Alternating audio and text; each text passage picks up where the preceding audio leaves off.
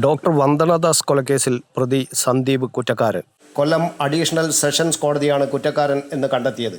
മറ്റന്നാൾ ശിക്ഷ വിധിക്കും.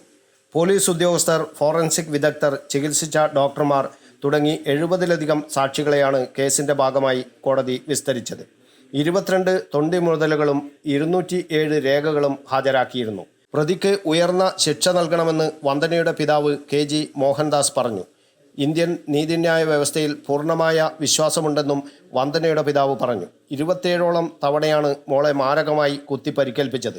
പ്രാണരക്ഷാർത്ഥം ചുറ്റിനും ഓടി നടന്ന് എല്ലാവരെയും സഹായത്തിന് വിളിച്ചിട്ടും ആരും സഹായിച്ചില്ല, അദ്ദേഹം പറഞ്ഞു. അപൂർവങ്ങളിൽ അപൂർവമായ കേസായി ഇത് പരിഗണിച്ച് പ്രതിക്ക് കിട്ടാവുന്ന പരമാവധി ശിക്ഷ ലഭ്യമാക്കണമെന്നും അദ്ദേഹം പറഞ്ഞു. കൊല്ലം അസീസിയ മെഡിക്കൽ കോളേജ് വിദ്യാർത്ഥിയായിരുന്ന ഡോക്ടർ വന്ദനയെ പ്രതി സന്ദീപ് കൊലപ്പെടുത്തിയത് കൊട്ടാരക്കര താലൂക്ക് ആശുപത്രിയിൽ പരിശോധനയ്ക്കായി എത്തിച്ചപ്പോഴാണ്. നെടുമ്പനയിലെ എയ്ഡഡ് സ്കൂൾ അധ്യാപകനായിരുന്ന കുടവട്ടൂർ സ്വദേശി സന്ദീപ് ഡോക്ടർ വന്ദനയെ സർജിക്കൽ ബ്ലേഡ് ഉപയോഗിച്ചാണ് കുത്തി കൊലപ്പെടുത്തിയത്. 2023 മെയ് 10 പുലർച്ചെയായിരുന്നു സംഭവം. നെഞ്ചത്തും തലയിലും വന്ദനയ്ക്ക് ആഴത്തിൽ പരിക്കേറ്റിരുന്നു.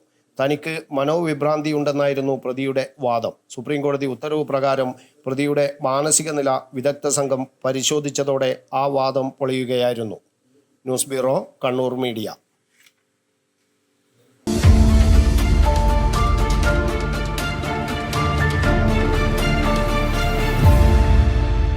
വിവാഹ പർച്ചേസുകൾക്ക് കുറഞ്ഞ പണിക്കൂലിയിൽ സ്വർണം മുൻകൂട്ടി ബുക്ക് ചെയ്യാൻ അഡ്വാൻസ് ബുക്കിംഗ് സ്കീം. പണിക്കൂലിയിൽ 50% വരെ ഡിസ്കൗണ്ട് നേടാൻ മൈ ഗോൾഡ് സേവിംഗ് സ്കീം. പണിക്കൂലി ഒന്നുമില്ലാതെ സ്വർണ്ണാഭരണം സ്വന്തമാക്കാൻ ഗോൾഡൻ പട്ട് സ്കീം.